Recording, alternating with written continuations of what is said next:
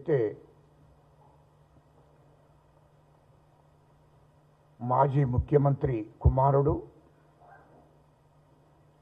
కేటీఆర్ మాట్లాడిన మాటలు, మరి వాడు రెండుసార్ల మంత్రిగా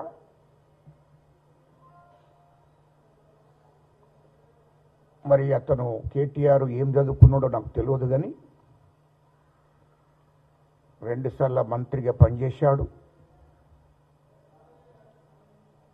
కేటీఆర్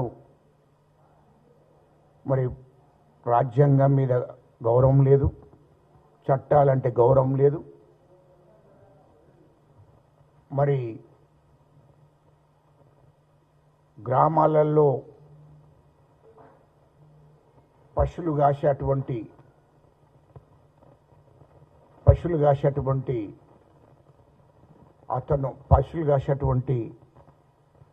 ఒక సోదరుడు మాట్లాడతాడు.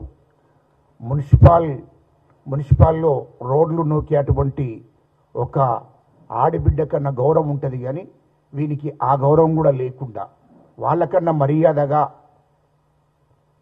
ఒక వార్డ్ మెంబర్ అయినా, సర్పంచ్నైనా, ఒక ఎమ్మెల్యేనైనా, ఒక ముఖ్యమంత్రి గారినైనా వాళ్ళు గౌరవిస్తారు.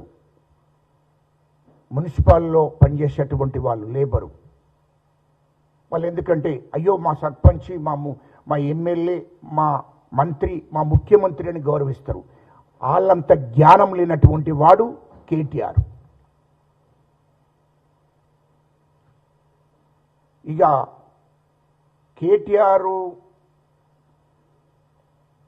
కేటీఆర్ చరిత్ర నాకేం తెలియంది కాదు, రాష్ట్ర ప్రజలకు తెలియంది కాదు.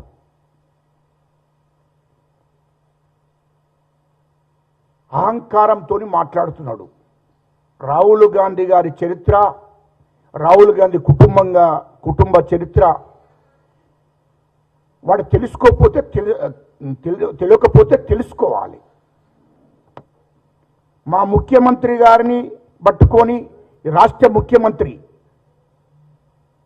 ఈ రాష్ట్రానికి ముఖ్యమంత్రి, 4 కోట్ల ప్రజలు ఎన్నుకున్న ముఖ్యమంత్రిని పట్టుకొని ఇష్టం వచ్చినట్లు మాట్లాడుతున్నారు. దయచేసి మీ మీడియా ద్వారా, నేను కూడా చదువుకున్నాను, గౌరవం ఉంది, మర్యాద ఉంది, కానీ తప్పని పరిస్థితిలో మాట్లాడవలసి వస్తుంది. ఒక రాష్ట్ర ముఖ్యమంత్రిని, ఏ రాష్ట్రంలోనైనా ఒక ముఖ్యమంత్రిని పట్టుకున్నట్లు మాట్లాడుతున్నారా? ఈ రాష్ట్రంలో ముఖ్యమంత్రిని పట్టుకొని ఇష్టం వచ్చినట్టు మాట్లాడుతున్నాడు అంటే ఎంత అహంకారంతో మాట్లాడుతున్నాడు. మా రాహుల్ గాంధీ గారిని, ఈ దేశానికి స్వాతంత్రం తీసుకొచ్చినటువంటి కుటుంబం రాహుల్ గాంధీ గారి కుటుంబం. రాహుల్ గాంధీ గారి గోటికి కూడా సరిపోడు కేటీఆర్ అంటోడు. రాహుల్ గాంధీ గారి గోటికి కూడా సరిపోడు అంటున్నా. ఆయన కాలు దుమ్ముకు కూడా సరిపోడు. అలాంటి మూర్ఖుడు రాహుల్ గాంధీని మాట్లాడడం సరియైంది కాదు.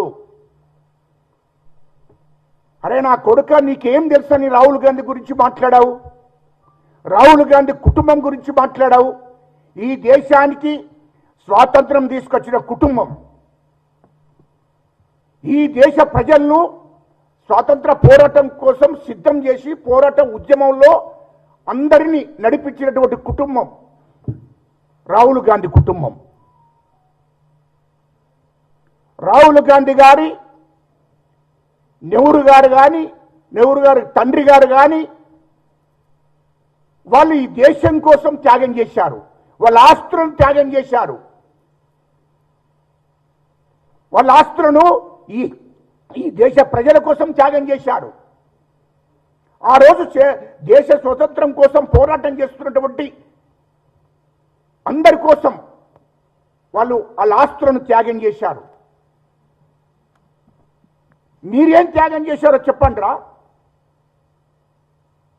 ఈ దేశం కోసం ప్రాణాలు అర్పించారు రాహుల్ గాంధీ గారి నానమ్మ ఇందిరాగాంధీ అమ్మ. రాహుల్ గాంధీ గారి తండ్రి రాజీవ్ గాంధీ ఈ దేశం కోసం ప్రాణాలు అర్పించాడు.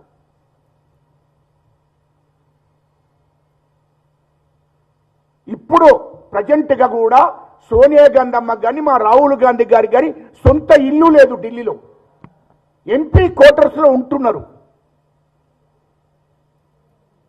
సొంత ఆస్తి అంటూ లేదు.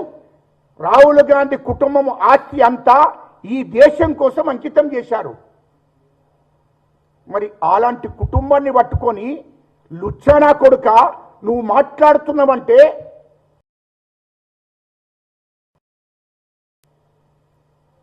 అలాంటి కుటుంబం ఈ దేశం కోసం ప్రాణత్యాగం చేసినటువంటి కుటుంబం రాహుల్ గాంధీ కుటుంబం. రాహుల్ గాంధీ తండ్రి ఈ దేశం కోసం ప్రాణాలు అర్పించాడు. నానమ్మ ఈ దేశం కోసం ప్రాణాలు అర్పించాది. ఇప్పటికి కూడా వాళ్లకు ఢిల్లీలో ఇల్లు లేదు, ఆస్తులు లేవు. అలాంటి కుటుంబాన్ని పట్టుకొని నువ్వు నీ నోటికొచ్చినట్టు కేటీఆర్ అంటోడు నోటికొచ్చినట్టు ఒక బూతులా ఎన్ని బూతులు మాట్లాడాడో అన్ని బూతులు మాట్లాడాడు వాడు. వాడికి మేము గౌరవం ఇవ్వాలి.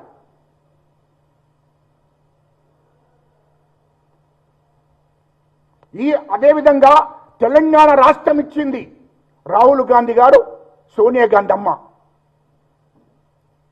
ఈ రాష్ట్రం తెలంగాణ రాష్ట్రం ఇస్తేనే కేసీఆర్ అంటోడు ముఖ్యమంత్రి అయ్యాడు. వాడు మంత్రి అయ్యాడు కేటీఆర్ అంటోడు. లుచ్చనా కొడుక నువ్వు మంత్రి అయ్యేటోనివేనా నీ జీవిత కాలం అంతా? నీ అయ్యా ముఖ్యమంత్రి అవునా? ఇంకొక 100 అవతరణెత్తినా మీరు ముఖ్యమంత్రి కానీ రాష్ట్ర మంత్రి కానీ కాకపోదురు. అది గుర్తు పెట్టుకొని మాట్లాడాలి. తిండింటి ఆశలు లెక్క పెట్టకూడదు. ఇవాళ మా సోనియా గాంధీ అమ్మ రాహుల్ గాంధీ గారు మాట్లాడుకొని తెలంగాణ రాష్ట్రం ఇవ్వవలసిందే అని చెప్పి ఆంధ్రలో కాంగ్రెస్ పార్టీ పోతుందని తెలిసిండు కూడా తెలంగాణ ప్రజల కోసం, తెలంగాణ ఉద్యమకారుల కోసం తెలంగాణ రాష్ట్రం ఇవ్వడం జరిగింది. తెలంగాణ రాష్ట్రం ఇస్తేనే కేసీఆర్ అంటోడు నీ అయ్య ముఖ్యమంత్రి అయ్యిండు. లుచ్చనా కొడుక ఈంత కూడా అవగాహన లేని మాటలు ఎట్లా మాట్లాడతావు?